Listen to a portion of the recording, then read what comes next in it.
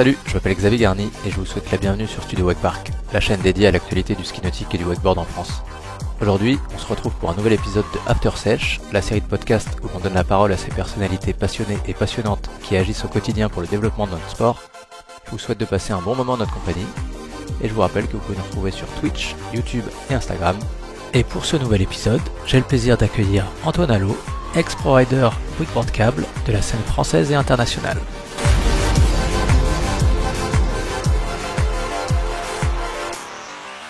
Salut Antoine, et merci beaucoup de nous recevoir, on est chez toi là, Ouais, merci à Vilaine. Merci à toi d'être venu, c'est cool. Ça fait plaisir de te voir à la maison. Tu nous as fait visiter, c'était magnifique. Merci. Et on va commencer le podcast tranquillement en nous disant comment t'es arrivé jusqu'ici pour construire cette incroyable maison et qu'est-ce que t'as fait surtout en termes de wakeboard dans ta life. Allons-y. Allons-y. Je suis Antoine Allot, j'ai 33 ans, j'habite à Vilaine-sur-Seine, en région parisienne, sur l'île du Platet. J'ai fait beaucoup de wakeboard, j'en fais plus beaucoup. Et voilà, maintenant je jardine. Et tu jardines encore très bien. Ouais, je m'entraîne. Hein. Tu fais des tricks, tu disais tout à l'heure. Ouais, c'est ça, maintenant mes tricks c'est des massifs et des trucs comme ça, quoi. Très bon. Et tu peux nous raconter d'où est partie cette histoire pour le wakeboard? Pour le wakeboard, c'est parti de mon oncle, c'était un truc de famille, comme souvent en fait. C'est mon oncle qui faisait du mono, et qui est parti aux États-Unis, qui a trouvé du wakeboard, il a ramené un wakeboard blindside à l'époque. Et il avait un petit bateau, et voilà, il en faisait avec mon frère et mon cousin, et forcément je me suis dit que j'allais essayer. Et la première fois, c'est derrière son bateau, je suis allé dans l'eau, ça m'a coupé la respiration tellement qu'il faisait froid, du coup j'en ai pas fait. Voilà, fin de l'histoire, ça Voilà. s'arrête là. Et après j'ai arrêté. Bon. Non, et après du coup on est parti en stage en famille avec mon cousin, mon frère et mon oncle et avec Jérôme Gilles aussi et d'autres amis et en stage chez Emmanuel Dumollard à Annecy. Et D'accord. on a passé la semaine dans des super conditions du coup rider le matin, super flat et voilà, c'est là que j'ai découvert le wakeboard que j'ai accroché. Toi, c'était quand? C'était qu'une idée. En T'avais quel âge? 2000 peut-être, un truc comme ça. Ah ouais, ok. Donc, Et là, pendant quelques années, c'est resté vraiment une activité de vacances quand on partait, voilà, où il y avait du ski nautique, on en faisait pendant les vacances. Jusqu'à, en gros, que j'ai mon permis de conduire et que je puisse aller au Cap tout seul. Et voilà, en 2007, j'ai eu mon permis de conduire et j'ai commencé à faire du wake autant que je pouvais, quoi. Où ça? À Cergy, j'ai Bien pas sûr. dit. Ah Eh non, non, bah non, à c'est Cergy, les à la ski base de nautique de loisirs de Cergy, ouais. Eh oui.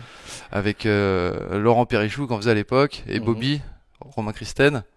C'était les deux monstres, mes deux idoles au niveau des tricks et du style. C'est Voilà, ça, c'est quand un t'es peu- arrivé sur le parc et que t'as vu ces deux-là, tu t'es dit vas-y, je me mets au téléski quoi. Ouais, Parce que grave. t'avais vu que le wakeboard, c'est ça? Enfin, que le Ouais, je bateau? connaissais que le wake bateau. J'ai raté un petit truc entre temps. Mon oncle avait eu un bateau de wake à Malibu. On a fait une saison derrière le bateau. Et après, embrouille de famille, tout ça, plus de bateau. Et du coup, les câbles. Hein. Mhm. Et Sergi avait pas beaucoup de modules à l'époque. Et quand je suis arrivé, au bout de 2-3 ans, je sais plus exactement, ils ont commencé à mettre vraiment des modules. Et ouais, voilà, j'ai pu lâcher. Hein. Ouais, 2007, il devait pas y avoir full de modules effectivement. Mais, Non, non, 2007, il y avait quoi? Il y avait du fait maison. il y avait ouais, que du fait maison. Et il y avait pas d'unit encore. Il y avait, enfin, peut-être qu'il y en avait, mais pas chez nous. Il y avait un kicker, une flat bar et une frame. Et puis après, progressivement, ils en ont rajouté. Maintenant, le câble est vraiment cool.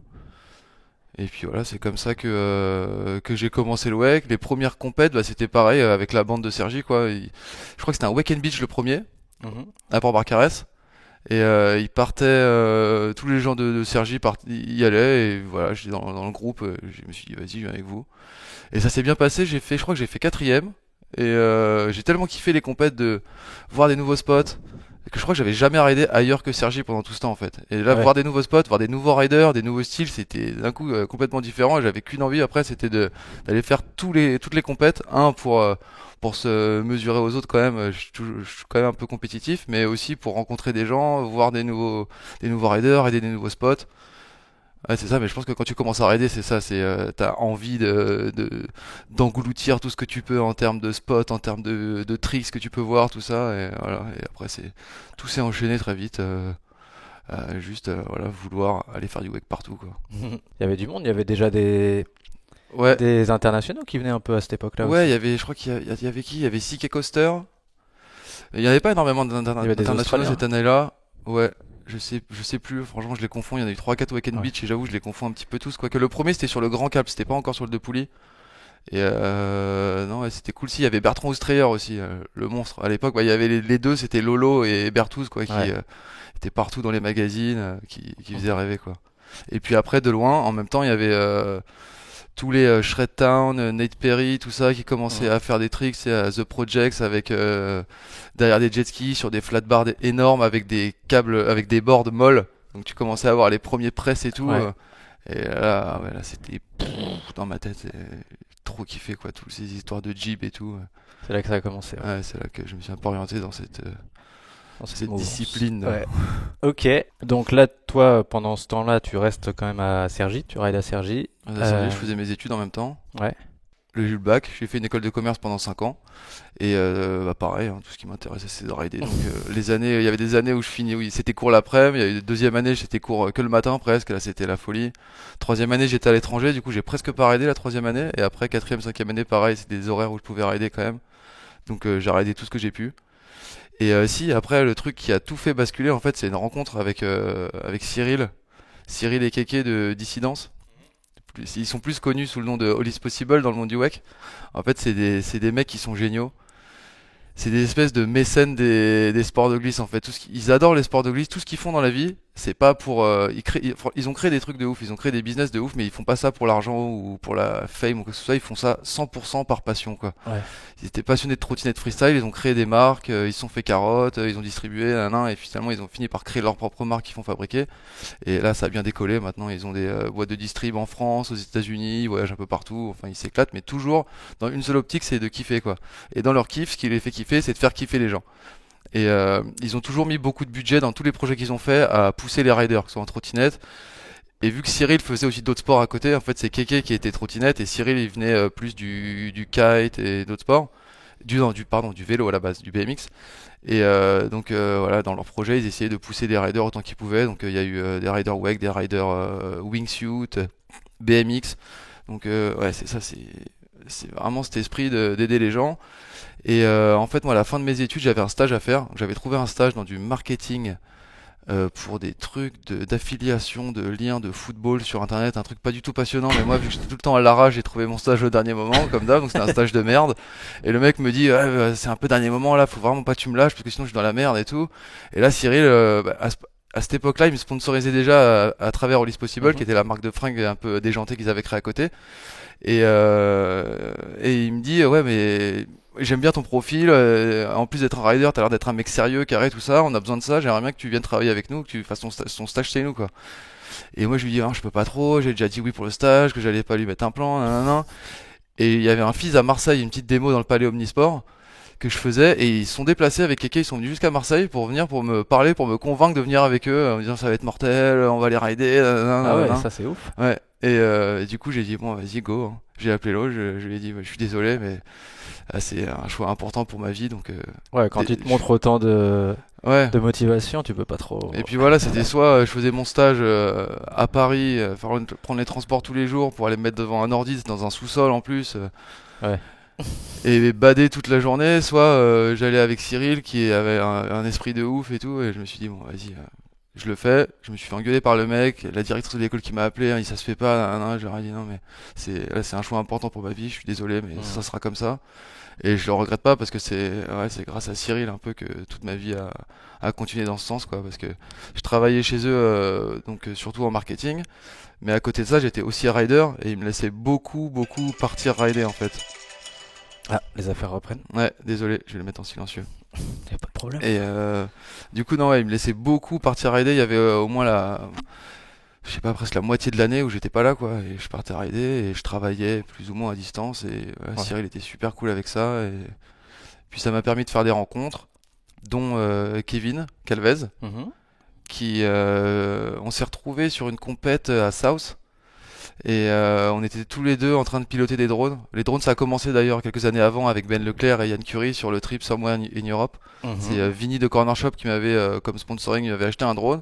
Donc j'en faisais. Attends, là tu vas assez vite, tu vas perdre Ouais, des je vais gens trop dans. vite là. Mais il y a trop de choses. Ah bah, il y a hey, trop de c'est choses. sûr. Attends, bon, on sait qu'il y a Vas-y. beaucoup de choses qui se sont passées dans ta vie et Ouais. qui se passent encore dans ta vie. Ah, c'est le bordel. Mais on va On va y aller doucement parce que ça peut faire peut-être 1h30 de podcast si les gens sont chauds. On y va tranquille. Vas-y, on y va tranquille. Donc là, on finit sur Alice Possible à la limite. Ouais.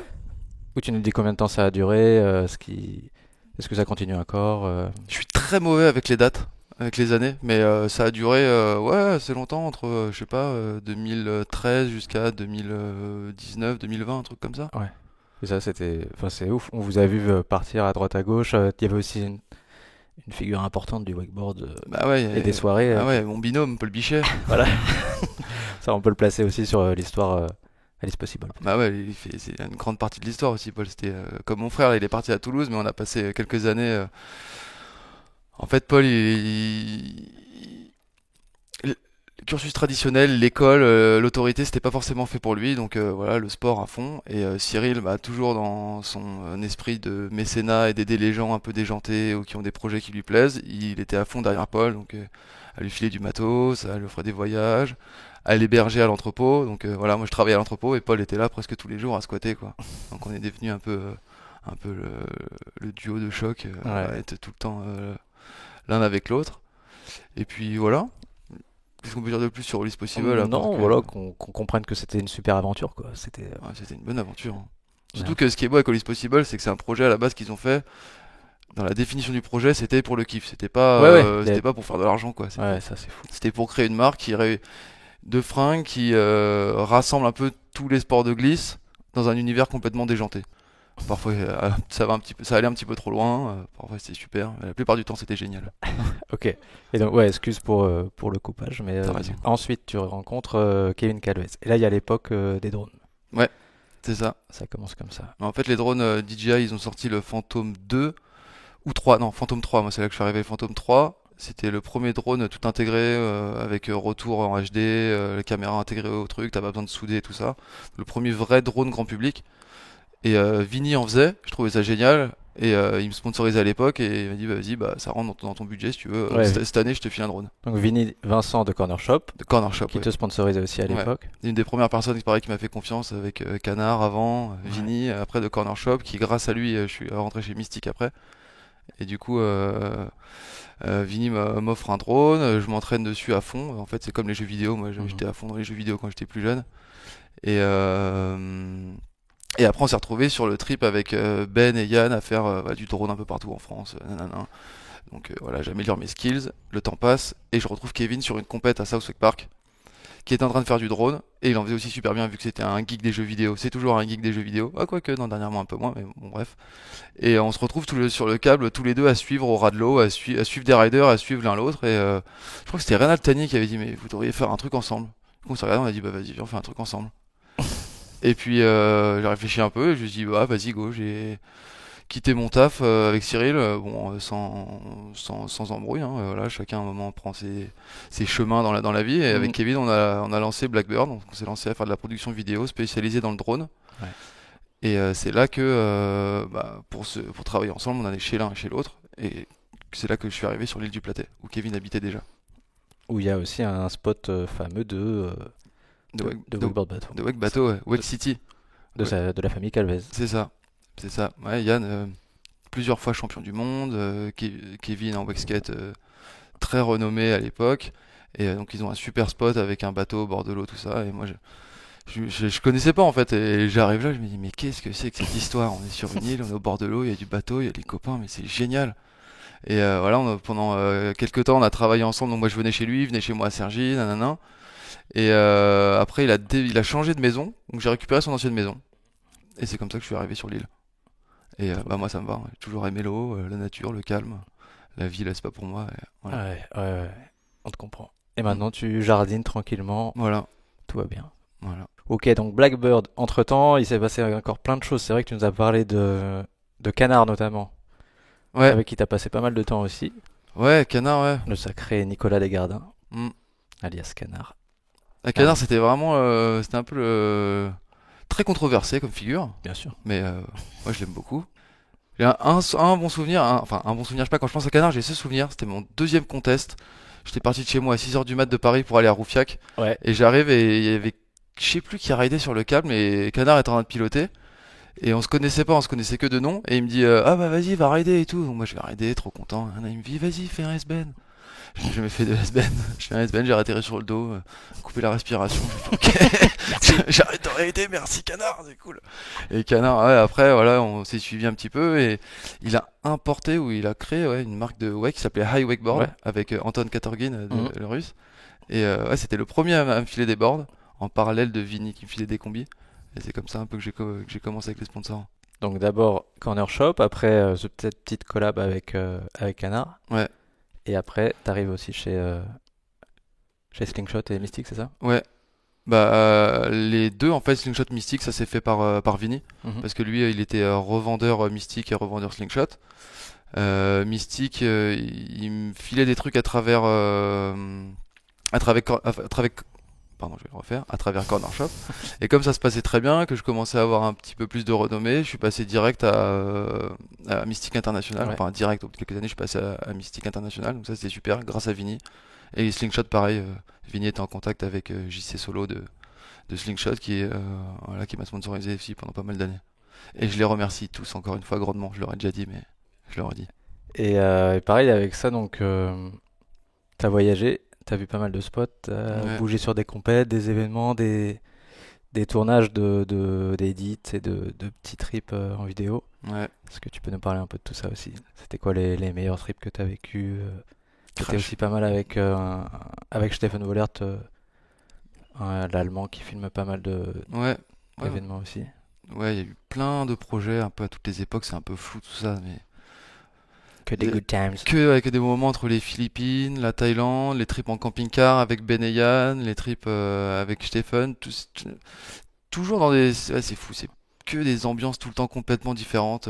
Parfois c'est super studieux, on se couche tôt, on se lève très tôt pour filmer le matin. Parfois c'est un peu plus le bordel, mais c'est toujours des bons moments. Et puis ouais, non, ce que je préférais quand même, j'aimais bien la compète, le fait de bouger tout ça, surtout quand je gagnais. Et c'est mieux. Ouais. C'est plus sympa. Non, mais surtout les shootings vidéo, c'était quand même c'est quand même mortel d'avoir le cap pour toi. Et le but, c'est juste de faire la plus belle image, quoi. Et tu fais un trick, tu le refais 10 fois histoire que ce soit parfait. Et puis à la fin, t'es content. Même si souvent c'est frustrant parce que rider, le matin à 6h du mat, c'est pas là où t'es le plus souple. Enfin, ça dépend des gens. Ouais, puis il faut que le rider soit bon et que le film maker soit bon au même moment, quoi. Et puis avoir les conditions lumineuses qui vont avec, et de vent et tout. Il faut que tout soit parfait. Et quand t'as le shot parfait, là, c'est incroyable. Oh, il y a Shred qui passe. Ouais. Shred, c'est mon chat. Shred the cat. Ouais, Shred, il a une histoire aussi liée avec le wakeboard. Il s'appelle Shred parce que c'est Jules qui l'a récupéré à mon contour. Jules Charot. Bien sûr, Jules Charot. En fait, on avait fait avec Marie Lehmann, Mathieu Chanal et des amis une association à Cergy, Urban Wake Club, et on emmenait les jeunes à rider un petit peu partout, dont mon contour. On avait fait une semaine à mon contour et Jules part au marché un matin et il revient avec un chat que quelqu'un donnait. À la campagne, il donne le chat ou alors il le tue parce qu'ils en ont trop. Ouais. Du coup, il l'a pris. Ses parents n'ont pas voulu. Entre temps, il l'a appelé Shred et puis du coup, vu que ses parents n'ont pas voulu, je l'ai récupéré. Et il a atterri ici. Voilà. Et il est content. Et il mange bien. Il mange bien. Il est au bord de l'eau. Il se la kiffe. Il a la belle vie ici. Ok, bon on a fait déjà le tour de pas mal de choses, mais je vais très vite, non, je parle très vite. Tu vas trop vite, mais il y a tellement de choses en même temps. Ah ouais. Est-ce qu'on reviendrait pas sur les compétitions? On sait que t'as fait pas mal de FIS. Ouais. Sur le FIS, il y a quand même pas mal de choses qui sont passées. T'es allé jusqu'à faire des super résultats. Ouais, super résultat, ouais, j'ai fait une finale, une fois. La pression, c'est un truc qui est vraiment dur à gérer dans les compètes. Et au début des compètes, il y avait pas mal de compètes au tout début où je savais que je pouvais gagner. Et j'éclatais tout en qualif, en semi-finale, tout ça. Et je me retrouvais en finale avec une pression tellement forte que je me mettais des boîtes tout le temps. Ouais. Je me rappelle des Wake and Beach où j'avais juste à faire mon run et j'avais gagné, quoi. Et non, je tombais 2 fois de suite sur les tristes que j'avais fait tout le week-end, quoi. La pression, j'arrivais pas à la gérer au début. Et puis au fur et à mesure, j'ai réussi à me détendre, à juste kiffer de rider. Et là, c'est comme ça que j'ai réussi à faire des bons résultats. Mais le FIS, c'est quand même un truc au-dessus. Et le FIS, c'est tellement le bordel. T'as 200 riders, peut-être, 100, 200, je sais plus, mais beaucoup de riders qui veulent rider pour les trainings. T'as que 2 câbles, tout le monde veut rider. Donc c'est la guerre, t'as les gens qui grugent, les gens qui font 10 tours au lieu d'en faire que 5. T'es là, tu tu repasses ton run dans ta tête toute la soirée, t'arrives, la tension elle est pas comme t'avais prévu, c'est pas comme la veille, il y a des trucs qui ont bougé, et puis t'as la pression, tu te rates une fois, deux fois, et puis tu te dis merde, bientôt c'est à l'autre, et au final, tu sors de ta session de training, t'as juste fait la saucisse, t'as la pression qui est encore plus forte. Et l'endroit il est incroyable, il y a 500 000 personnes qui te Ah ouais, c'est regardent, ça, l'endroit est dingue. Et ouais, et quand t'as du monde en plus c'est ouf des l'ambiance, quoi. centaines de gens, voire des Rajoute encore de la milliers, pression, je ouais. sais pas, ça met une pression de ouf. Et il y a une année où j'ai réussi à bien faire, c'est l'année où on a fait Somewhere in Europe avec Ben et Yann. En fait, le trip c'était un mois, on a fait un mois, ouais, un mois en camping-car, à se balader un peu partout en France, un peu en Belgique, un peu en Allemagne, et faire du winch partout où on pouvait. On avait emmené les cams, les drones, tout ce qu'on pouvait, et on faisait du winch. Et c'était le premier stop du trip. On a fait Paris-Montpellier. Premier stop c'était le Fizz, et à partir du Fizz, on partait en trip. Et moi j'avais qu'une hâte, c'était de partir en trip. Limite, le Fizz, je m'en foutais, j'allais pour faire la fête, tout ça, et je m'en foutais tellement, je me suis tellement pas mis la pression qu'au Ah ouais, final je c'est suis ça. arrivé jusqu'en finale. Trop bien. Et en finale, j'avoue, j'avais pas le niveau pour passer devant les autres, mais je suis content d'être arrivé jusque là. Rappelle-nous, c'était contre qui hier en finale? Bah, je me rappelle plus, mais il devait y avoir, je sais plus, il devait y avoir Daniel, il y Windsor. avait Julian Cohen, il y avait John Drayling, je crois, qui s'est blessé. Du coup, j'ai pu faire cinquième sur 6. Non, ouais, je sais plus exactement. Ouais, Windsor, ouais, Ouais, Windsor, de toute façon, l'abonné des finales du Fizz, faut être capable de sortir ton run quand on te le dit, quoi. T'appuies sur le bouton et il sort. Et ouais, il y a des riders comme ça qui sont vraiment des compétiteurs, et c'est assez impressionnant. Ouais. Et non, et du coup, ouais, non, c'était cool. Ouais, ça c'est un truc que j'oublierai jamais, la chair de poule au moment du départ, quand il y a Lolo Pichois qui crie mon nom, le seul français en finale, et qu'il y a la foule qui fait un bordel, Ah mais ouais, ouais. incroyable. Et je le sens encore, les frissons quand je repense à ce moment-là. Rien que pour ça, ça valait le coup d'y aller, quoi. Ouais, c'est clair. Ah, c'était dingue. Et puis Bon. les copains les copains de longue date, ah putain, je t'ai vu en live et tout. Ça fait plaisir, quoi. Ah, qui viennent pas du wake ou qui doivent. Ouais, voilà. Ouais. Tu sais, je leur dis tout le temps, je pars faire du wake, je pars faire du wake. Moi, ils voient pas trop ce que c'est. Et puis, on te voit en live, pas à la télé, mais sur le net. Et non, c'est cool. Mm. Pareil pour la famille, tout ça. Trop bien, ouais. Ça fait plaisir. Et le trip s'est bien passé en plus après. Et le trip était génial. Même si, ouais, un trip winch, c'est hyper compliqué à organiser. On en a fait plein après, fort de cette expérience, en tant que rider et aussi en tant que juste filmeur. C'est vrai qu'un trip winch, ça, c'est un truc de ouf en fait. C'est un truc. Si tu veux vraiment faire un vrai trip winch productif, avoir des images et tout, c'est intense. Ou alors tu passes 2 ans, mais sinon c'est intense et de l'énergie de fou. Il faut repérer tous les spots. T'arrives au spot, faut qu'il soit rideable parce que l'eau dans les endroits est pas toujours au même niveau. Il y a Ouais. des choses qui changent entre Google Earth ou entre ce que t'as vu 2 semaines avant et là quand tu viens rider le spot. Faut trouver comment installer le winch avec le bon angle, comment ramener la corde. Après rider, re-ramener la corde à chaque fois, c'est hyper fatigant. Parfois t'as le kicker à mettre en place, ça pèse une tonne, il bouge avec le courant, nanana. C'est un truc de ouf le winch, mais c'est trop cool parce que quand t'as l'image, et même juste quand tu rides, quoi, tu te retrouves dans un endroit qui est un câble, tu tournes autour du câble, tout le monde est passé là des milliards de fois, mais là tu sais, Tu crées quelque chose voilà, c'est ça, d'unique, ouais. c'est ça, c'est un endroit qui personne l'avait imaginé pour faire ça, et t'arrives dessus et tu le transformes en spot, quoi. T'as un rail qui est juste normalement censé utiliser pour garder la sécurité des gens, et bah tu le raides, tu mets ton tricks dessus, quoi, et l'image elle est folle, la sensation est dingue. Ouais, c'est trop bien. Par contre, faut faire attention, les enfants, c'est très dangereux. Oui. On sait pas ce qu'il y a sous l'eau, la tension est jamais pareille, y a pas de plaque pour te protéger, c'est pas du unit, quoi. Quand tu tombes, ça peut faire très bobo, quoi. Ouais. Mais c'est ça qui rend le truc encore plus excitant au final, tellement satisfying. Donc je conseille à tout le monde qui a envie d'avoir des sensations nouvelles dans le wakeboard, c'est d'essayer le winch. Prendre un bon groupe de potes et bien penser à ce que vous allez faire parce qu'il faut pas faire de bêtises non plus. Ouais. Comment tu remontes la corde, par où est-ce qu'elle va passer, est-ce que t'es bien au niveau de l'axe, est-ce que ça va pas te tirer vers l'intérieur, vers là où il y a des poteaux, regarder ce qu'il y a dans l'eau, tout ça. Ah, puis il y a plein de nouveaux winch qui se créent là avec des systèmes électriques et tout, ça devient Ouais, presque facile maintenant ouais, d'installer un c'est truc. clair. Ouais, Quand à l'époque fallait tirer, machin, Avant allumer c'était le gros, ouais, il faisait presque, pas un mètre cube, mais un demi-mètre cube le treuil. Maintenant c'est une valise, tu peux partir en vélo faire du treuil, quoi. Ouais, c'est ouf. Mais ouais, ça enlève pas que parfois faut grimper dans les arbres pour aller mettre une poulie, pour aller mettre la bonne tension, nanana. Ouais, c'est ça qui rend le truc cool aussi, hein. Moi j'aime bien grimper, j'aime bien fabriquer des trucs, j'aime bien Ouais, bricoler. ouais, j'ai vu ça, ouais. Dis-donc, c'est.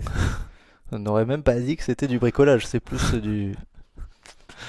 mais du c'est... design. Ouais, voilà, du design.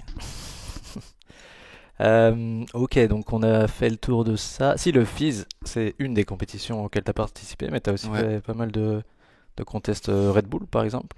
Ouais, Ah, les contests Red Bull, c'est mortel. L'expérience rien que de participer au contest quand t'es invité, rien que ça commence avec l'invitation, tu reçois un petit colis avec toujours une petite sculpture, un truc, des bouteilles de Red Bull. Très bon sur le marketing. Ouais, packaging trop stylé pour te dire juste que t'es invité. T'arrives après, ils s'occupent de toi, t'as les chauffeurs, le bus Red Bull avec les meufs qui sont dedans, qui te servent à boire quand tu veux, t'as les masseurs tout le temps, toujours des activités, des soirées de prévues, sur le ponton, tout est nickel, les petits spots de chill et tout pour tous les riders. Et en plus, il y a des événements de ouf à chaque fois, genre Ouais. Wake of Steel à Linz en Autriche. Ils prennent une ancienne péniche qui transforment en piscine et ils mettent des modules pour rentrer, des modules pour sortir. C'est hyper sketch, hein, il y a moyen de te faire très mal à chaque mètre, mais non, c'est quand même relativement bien fait, mais il y a quand même moyen de se faire très mal. Mais c'est mortel quoi, en plus ils font à chaque fois, ils font jamais juste une compète de wake, ils font un event autour, il y a des Ouais. concerts le soir, il y a une espèce de petit festival, donc t'as du monde de ouf qui vient. Et pareil, ouais, c'est ça, ça sort complètement de l'ordinaire quoi, c'est des trucs que t'oublies pas. T'as fait quelques compètes fédérales à une époque.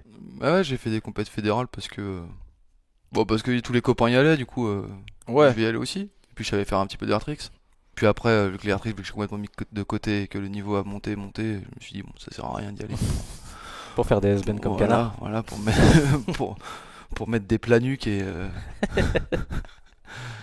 me traîner derrière. Ouais, bon, c'était quand même des bons moments. Et non, c'était vraiment des trucs cool aussi. Franchement, avec la fédération, on a passé des bons moments. Avec Serge Boisson, Mhm. particulièrement c'est vrai, en coach de préparation, c'était mortel.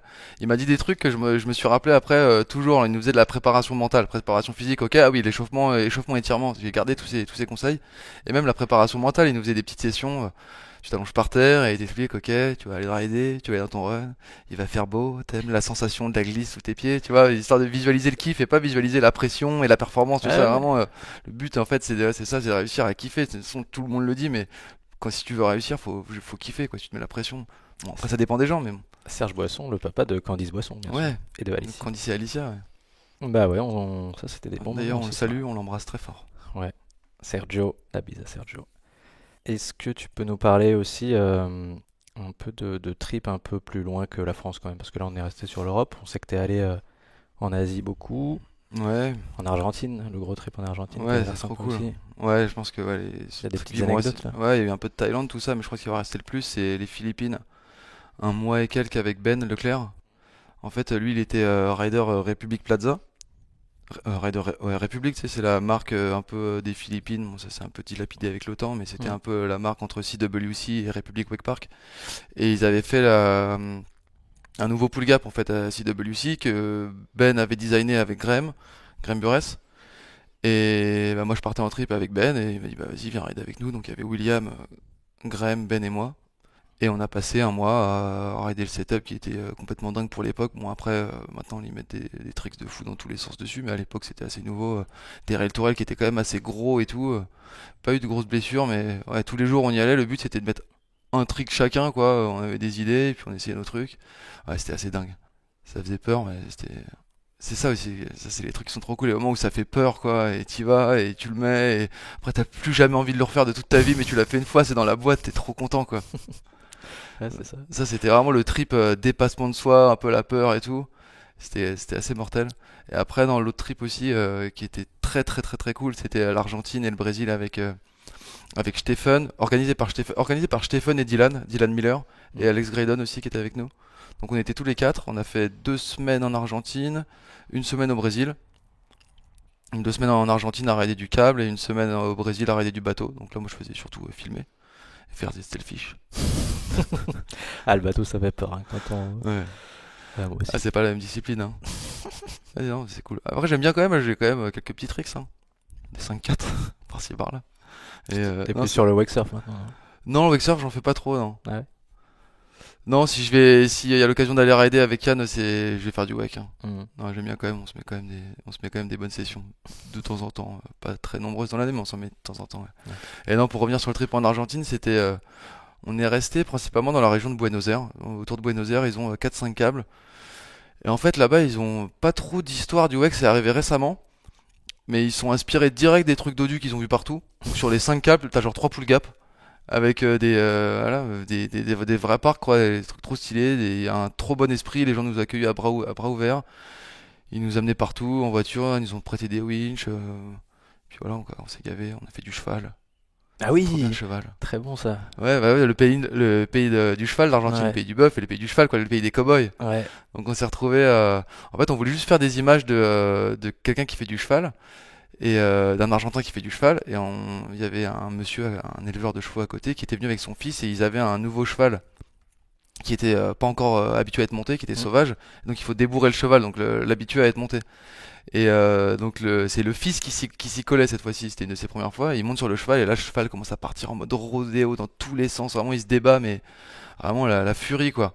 Et son père était à côté, à côté sur un autre cheval et au moment où il voit que ça commence à être un petit peu sketch, il vient se mettre à côté du cheval qui était en train de sauter dans tous les sens. Il attrape son fils, il le sort du cheval et tout. Mais normal tu vois, personne panique. C'est voilà, c'est le processus, c'est le process. Tout va bien. Et non, c'était super impressionnant et du coup il avait d'autres chevaux qui eux étaient beaucoup plus dociles et on les a tous ridés un petit peu avec Dylan, Alex et Stéphane.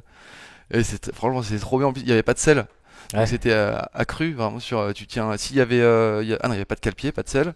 Un Il y tapis, a- les gros tapis là, non? non non même pas, juste Ouais. vraiment sur le cheval. Il Ouais. avait juste le mors dans la bouche et t'avais les sangles, je sais pas comment ça s'appelle, Les rennes? les rênes. Donc non, le renne c'est pas le Père Noël ça. Aussi, mais je crois que ça marche pour le cheval. Donc on avait les rênes dans une main, les cheveux dans l'autre, et puis t'as pas de cale-pied, tu serres son flanc très fort entre les. Et c'était mortel quoi, la sensation de partir au galop dessus, t'es vraiment en communion avec le cheval, tu sens tout, c'est une ossature qui bouge et tout entre Ouais, tes c'est jambes. ouf. C'est ouf, et je me rappelle, Stéphane il criait, c'est trop drôle. Il avait trop peur. Je passais à côté, je mettais des fessées sur son cheval, il hurlait, il disait arrête, arrête. Ah, très bon ça. C'était assez court au final, on a fait juste des petits 2-3 allers-retours dans un champ là, mais c'était une meilleure expérience à cheval, c'était énorme, Lui franchement trop cool. paniquait. Le Trop cool. Stéphane. Ouais, Stéphane il était pas très à l'aise. Très bon. Très marrant. Mais effectivement, déjà, l'Argentine, ça donne envie. J'espère que ça donnera envie aux auditeurs. et Ouais, parce que auditrices. c'est pas une destination qui est plébiscitée. Ouais, à peu près. Ouais, bon, entre-temps, il y a le Covid, l'Argentine c'est un petit peu loin, mais bon, beaucoup de gens vont en Thaïlande, aux Philippines, mais l'Argentine, on voit pas tant de riders qui y vont et c'est vraiment mortel quoi. En plus, les saisons sont décalées, du coup, on peut, pareil que l'Asie, tu peux aller rider quand il fait froid ici. Et non, les gens sont super accueillants, les caps sont mortels. Allez-y. Question un peu plus. On va revenir un peu plus sur le. Moins sur toi, mais plus sur ta vision. Comment tu vois un peu l'évolution du wake? Parce que on disait que tu étais là depuis un moment finalement. Aujourd'hui, tu rides un peu moins, Ouais. mais tu kiffes toujours autant. Ouais, bah, j'aime bien regarder quand il y a des vidéos qui sortent et justement là tu parles d'évolution du WEC et t'as vu la vidéo de Trent Stucky, Trent Stucky, ouais. incroyable. Voilà, on y est arrivé. On est au summum. Des doubles dans tous les sens. Non mais c'est incroyable et ça c'est vraiment c'est magnifique. Ouais, Personne pensait que c'était possible de. Il met tous les mobs En en double, double ouais. flip. Et en plus, parfois avec des doubles grabs et des tweaks dans le double grab, c'est hallucinant quoi. À l'époque, tu faisais un 180 back super tweaké. Tu me disais, oh là là, stylé. Il fait un double mob tweaké. Elle est ouf cette vidéo. Ouais, non, c'est incroyable. Ah non, y a rien à dire. Et puis voilà, là je parle de lui, mais même, globalement, voilà, non, je trouve ça très très cool la direction que Lovec a pris. Il y a plus trop de. Après, bon, je suis plus trop sur les réseaux à suivre les commentaires, tout ça, mais j'ai l'impression qu'il y a plus trop de guéguerre entre les Artrix et les pas Artrix, les Jeeps, le Ouais, truc. non. Maintenant, ouais, chacun fait un peu ce qu'il kiffe, et puis que ce soit des rides, des têtes en bas, les gens ont réussi à mixer un petit peu tout, et voilà, on met des têtes en bas sur les rides, des trucs. Ouais. Non, franchement, c'est cool, quoi. En fait, au final, on se rapproche de plus en plus du snowboard en utilisant les possibilités qu'on a avec le WEC qu'on n'a pas en snowboard. C'est clair que le palonnier, ça a à la fois une limitation en WEC. On peut pas, c'est compliqué de faire des 1400, des trucs comme ça. Mm. Mais à la fois, ça te permet de faire un 3-6 dans un sens, t'arrêter, grab de ouf, Trent Stucky là, 3-6 dans l'autre sens. Mm. Non, c'est cool, c'est beau hein, ce qui se passe dans le WEC. Et je me sens tellement loin de tout ça, c'est un truc de ouf. Mais bon. Après, j'ai toujours été un peu fainéant avec mon riding. Hein. Eh oui, mais bon. Mais en tout cas, c'est T'étais beau à voir. naturellement doué, on va dire quand même, Ouais, là, c'est gentil. en restant modeste, bien sûr, mais t'as toujours donné deux trois conseils aux petits jeunes qui étaient derrière, dont des Jules Charot ou d'autres jeunes petits riders qui sont sortis de Cergy. Mm. Quel conseil tu donnerais pour ceux qui nous écoutent là, qui veulent progresser C'est de kiffer en fait. Hein. En fait, à la base? en fait, c'est ça, Après, bah, ouais, c'est ça, mon but c'était de trouver des sensations qui font kiffer, que ce soit dans les grabs, dans les rotations, trouver des trucs qui te font kiffer. Pas hésiter à partager beaucoup. Le sport, le WEC, c'est pas un sport. Enfin, si, y en a qui ont des coachs voilà, très sérieux, tout ça, mais en général, c'est plus un sport où tu vas, un peu dans ton coin, tu fais ton truc. Et chacun est un peu dans son coin, et du coup, quand tout le monde se retrouve et partage et échange sur les techniques, sur les visions, tout ça, c'est là que ça crée des trucs cool, quoi. C'est vraiment les échanges et le partage. Donc je pense qu'il faut pas hésiter à aller vers les gens que tu trouves forts, leur demander des conseils. Et pareil pour les autres, quand tu vois quelqu'un qui galère sur un truc, pas hésiter à aller vers lui et lui dire, tu vois là, tu devrais garder les deux mains un petit peu plus longtemps sur le palonnier pour ton 3-6 et il sera moins loin. Des petits trucs comme ça, c'est gratuit, ça fait plaisir. Ouais. Tu veux un petit Ferrero Rocher? Je veux. Ah non, alors Faut c'est pas pas. dire les marques. Non, c'est pas ça, c'est que c'est pas conseillé le chocolat parce que après ça fait des. Alors il vaut mieux boire un petit On jus. peut se faire une petite session ASMR sinon à un Ah, on moment. peut aussi. Attends, j'ai plein de trucs, des trucs croustillants, des trucs moelleux, on peut trouver. Eh oui, c'est l'avantage. Non mais je vais boire un petit peu de ton délicieux sirop feu de la passion. Ah, ça va mieux, mais pas mal. J'avais les gorges sèches. Euh, Tu disais que tu fais un peu moins de wakeboard parce que tu t'es lancé sur un projet pro complètement différent. Ouais, ouais. Pas complètement différent parce que c'est toujours dans le sport. Eh oui. Ouais. Mais mon rôle est complètement différent parce que je fais plus de sport dans mon rôle. En gros, j'ai rencontré ma chérie il y a 3 ans, Victoria. Ça s'est bien passé, elle a déménagé en France, elle est venue habiter avec moi sur l'île du Platet. Et moi je travaillais encore avec Kevin à faire de la production vidéo. Et elle a lancé la boîte de ses parents en France en fait. En fait, ses parents fabriquent des équipements de sport en plein air, donc des cages de street workout, des appareils de tout type, de musculation, de fitness pour l'extérieur, où la cible principale c'est les mairies. Donc on vend le matériel aux mairies et on les installe, voilà, eux ils les installent dans les parcs ou nous on les installe, ça dépend. Et donc ses parents faisaient cette boîte là depuis 15 ans en Pologne. Et on s'est dit, bah, c'est bête, on a un bon produit, on a des bons prix, faudrait le lancer en France. Donc Victoria a commencé à travailler là-dessus. Et moi, assez rapidement, bah, je l'ai rejoint pour l'aider de plus en plus. Et puis au final, il y a tellement de travail que bah, je me suis mis à travailler à 100% avec elle, quoi. Donc Kevin, lui, maintenant travaille tout seul dans Blackbird. Et ça se passe bien, je le vois faire des beaux projets et tout, ça fait plaisir. Et moi, je suis à 100% à vendre du matériel de sport en plein air avec Victoria. Donc on a commencé de zéro, enfin pas de zéro parce on avait déjà les produits. Mais tout le reste, il a fallu créer donc une image, un site internet, du marketing, des vidéos, des photos et surtout un réseau de distribution qu'on a réussi à mettre en place assez rapidement grâce à un groupe fabricant d'air de jeu qu'on a trouvé. Et bah depuis ça se passe plutôt bien, ouais, c'est cool. Ouais, pas évident parce que c'est quand même un secteur assez concurrentiel, j'imagine. Ouais, et puis qui a rien à voir avec ce que je faisais avant quoi, entre parler à des riders, parler à des gens dans le monde de la prod ou parler à des mairies. C'est Ouais. complètement différent. Au début, on y arrivait un petit peu, taper à la porte des mairies. Bonjour, est-ce que vous voulez du matériel de sport, tout ça. Je prends des crampes par Martine de l'accueil. Ah. Non, ça va, laisse tomber, ça marche pas votre truc. Et puis là, au final, on a réussi à trouver un bon réseau qui nous a permis d'avoir plusieurs installations, dont le marché de Paris. Là, on est fournisseur officiel de la ville de Paris dans l'optique des JO 2024. Ah, joli. Ouais, ça c'est cool. Et ça nous fait une belle vitrine pour après pouvoir voilà, nous vendre un peu partout. Et puis, grâce à mon expérience de vidéo, on s'appuie là-dessus pour faire autant de vidéos et de photos qu'on peut, pour donner une image le plus professionnelle possible de la boîte. Trop bien. Ce qu'on est d'ailleurs, très professionnel. Et, euh, et puis, non, c'est cool, c'est cool. Franchement, c'est une belle réussite en couple en plus. Ouais, c'est génial ça. Ouais, on a fait ça à deux et ça se passe bien. On est complémentaires sur le boulot. On arrive à faire des trucs. Ouais, autant administratif, le chantier, le premier chantier, Victoria était avec nous, avec la pelle, à creuser dans le sol et tout. Donc c'est cool, on fait vraiment tout à deux et on est complémentaires, ça se passe bien. C'est cool. Génial. Et puis ouais, vous êtes là en télétravail quasiment. Tu Bah m'as ouais, parce montré le que bureau, c'était. ouais, voilà, on bosse de la maison. On a une apprentie aussi qui bosse avec nous, Alix, qui est pas là cette semaine, elle est à l'école. Et donc on est tous les trois au bureau. Il y a Kevin aussi, notre commercial, qui est à nous cette fois, pas notre distributeur pour un autre type de secteur. Et donc voilà, on est une petite équipe qui travaille bien et c'est cool. On a des bonnes conditions de travail, quoi. On travaille de la maison, Ouais. au calme. Dès qu'on a fini le travail, bah, j'ai juste à mettre mon ordi en veille, je suis à la maison, je peux aller jardiner tranquillement, faire mes petits trucs. Et bah donc là juste, on a l'impression que c'est un peu à la fois le début, mais en même temps c'est en pleine croissance quoi. J'ai l'impression que ça marche super bien. Ouais, ouais, c'est cool. Bah, en juin, ça fera la troisième année complète. Et on est content. Ouais. Ouais, les perspectives c'est. Ça marche bien. On double le chiffre ou plus même tous les ans. Et Ah oui, ouais. on parle de zéro en même temps, donc le temps que voilà, Mm. on a une belle croissance, c'est cool. On est content. Eh bah félicitations encore. Merci. Est-ce que le wakeboard et toutes ces expériences, ça t'a permis maintenant d'être meilleur dans ton taf, par exemple, avec... on l'a pas cité là d'ailleurs, la marque. Héraclès, c'est ça? Hercule. Hercule, Ouais. rien à voir. Si, bah si, Héraclès, je crois que c'est pareil que Hercule, mais En grec. en grec, ouais, un Ouais. truc comme ça. Oui, c'était une blague, mais Mais t'es je l'ai raté. Pardon. Ouais, du coup, est-ce que ça t'a permis, toutes ces vies au sein du wakeboard français et international, d'en retirer quelque chose maintenant pour ce nouveau projet pro avec ta femme? Ouais, bah on va dire, je pense, gérer la pression, les compétitions en fait. Gérer la pression, c'est, ouais, en fait, tout, bah non, peut-être pas tout type de job, mais il y a beaucoup de jobs où quand même t'as pas mal de pression. On a été responsable de plein de choses. Donc si t'arrives pas à la gérer, ça peut être assez compliqué. Mm.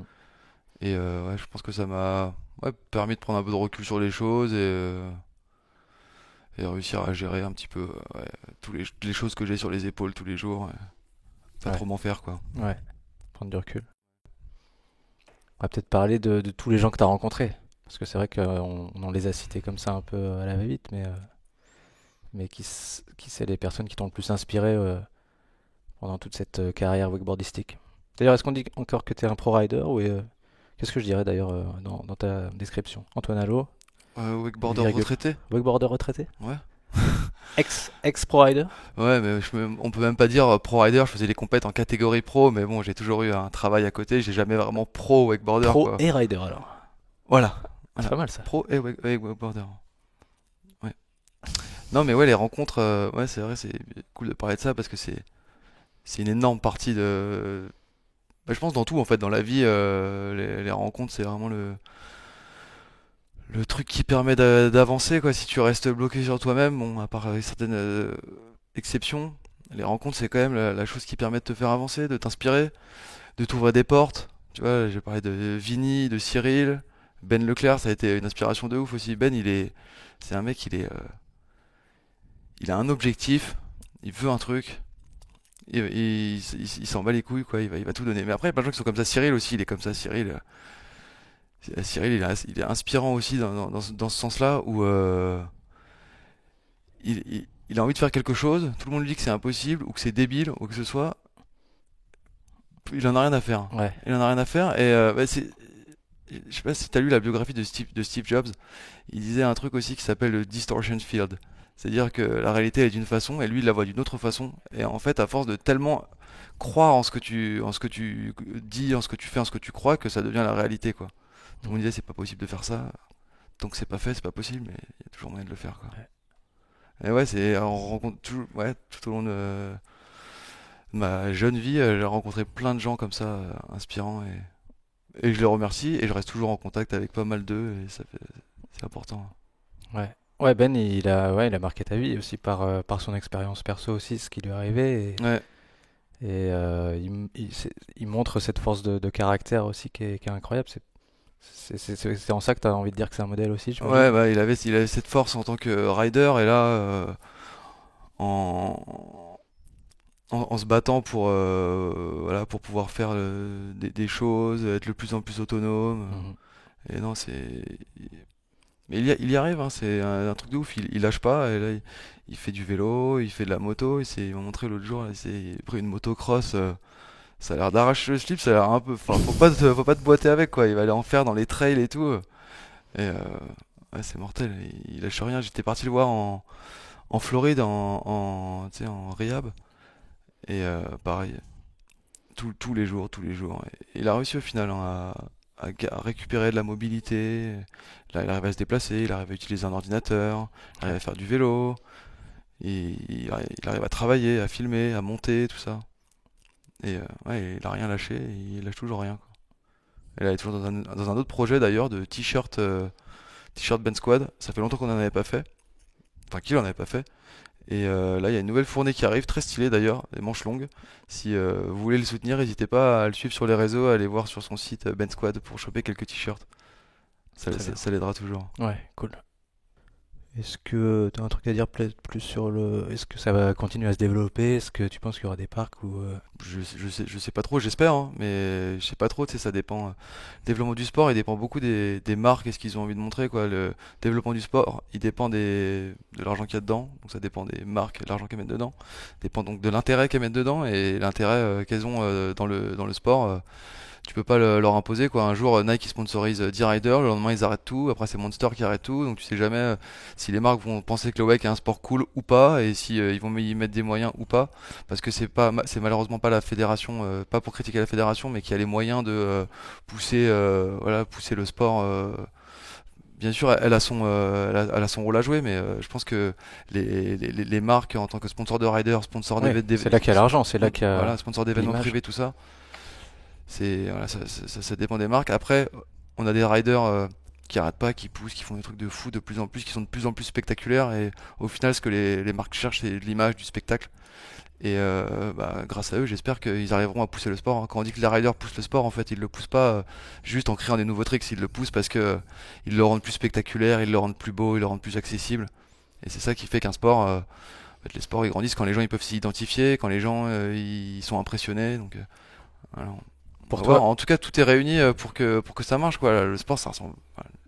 Quand tu vois Trent Stucky, quoi. Si toutes les compètes de WEC c'était que des runs comme ça, mais tout le monde serait agglutiné comme au X Games devant Shaun White pour aller voir du WEC, hein. c'est J'espère. clair. Après, bon, faut. Ouais. Le problème du WEC aussi en spectacle, c'est que ça peut être un petit peu long parfois. Le rider tombe, le câble s'arrête, ramène la corde, ça fait un temps mort, nanana.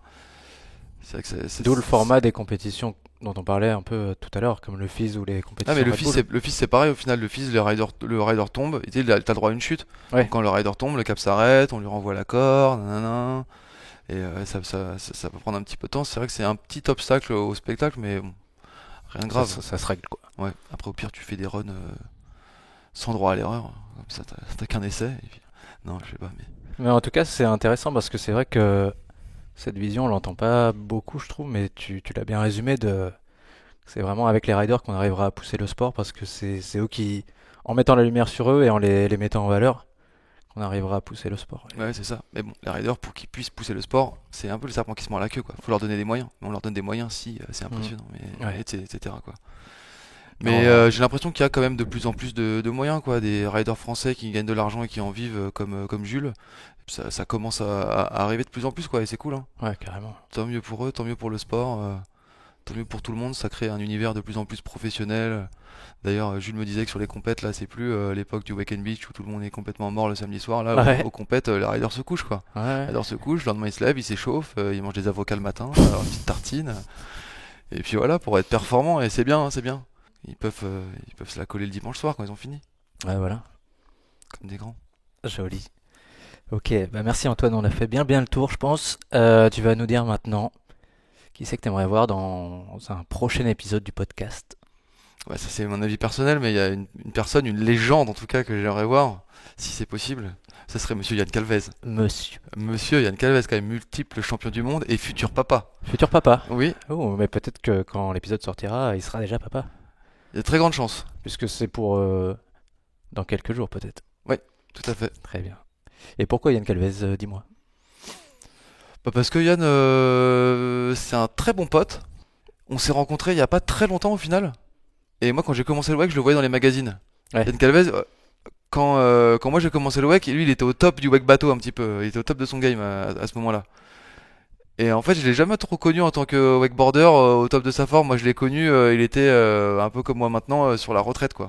Et je pense que ça peut être vachement intéressant de voir sa vision. En plus, c'est pas du câble, c'est du bateau. Et dans les années 50 en plus. Joli, tu as bien placé ça là.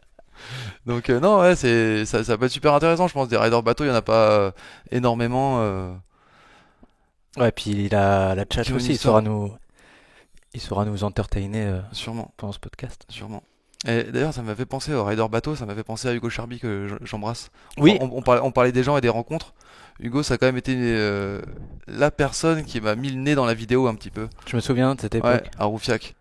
Et j'ai un peu omis de parler de ça, mais Ouais, on l'embrasse parce que c'est on- vrai qu'il bah, acteur important de la scène wakeboardistique bah aussi, ouais, ouais, lui Hugo. pareil, il était aussi dans les magazines et tout avec Yann un peu à la même époque. Et, euh, et quand j'ai commencé à squatter à Roufiac, lui il était là-bas. Et c'est avec lui que j'ai fait une de mes premières vidéos d'ailleurs, grâce à lui. Et c'est lui qui m'a mis vraiment dans la vidéo du web, quoi. Quand j'ai commencé à me filmer, je regardais les images avec des belles lumières et tout. Je disais, mais putain, mais c'est trop stylé, quoi, de Ah, c'est vrai que c'était un des premiers aussi là-dessus. à faire des belles vidéos, ouais. Ouais, carrément. À faire vraiment des vidéos, pas que à la GoPro, mais à la cam, à se prendre la tête. Ah, mais c'est le bricoleur de l'extrême, Hugo. Il faisait des cable cam, il tendait un corde avec une certaine pente, une corde, il mettait une GoPro dessus sur des roulettes et il l'envoyait synchronisé avec le rider qui faisait son airtrix pour faire des espèces de bullet time à la Matrix en même temps que le rider passait. Ah, Ouais, yes. il faisait des trucs de ouf. Donc ouais, je l'embrasse. Donc en fait, tu nous conseilles d'avoir à la fois Yann et à la fois Hugo aussi pour les prochains podcasts. Ouais, après Hugo est un peu con, donc ça peut être chiant. Ça peut être chiant. Je rigole. On l'embrasse bien sûr. Ouais. Ok, bah franchement, merci encore Antoine, Allo, c'était très très bon ce petit moment chez toi. Merci à toi, ça fait très plaisir. Et ben on se dit à la prochaine peut-être sur une aire de jeu Aquatique. Avec plaisir. ou une aire de jeu Hercule, Ah bah oui, on sait pas peut-être. muscle up, tout ça. Voilà, faire des tractions et compagnie. En tout cas, merci encore, c'était vraiment génial. Avec grand plaisir, merci à toi. On se dit à la prochaine. Yaman. Ciao, ciao.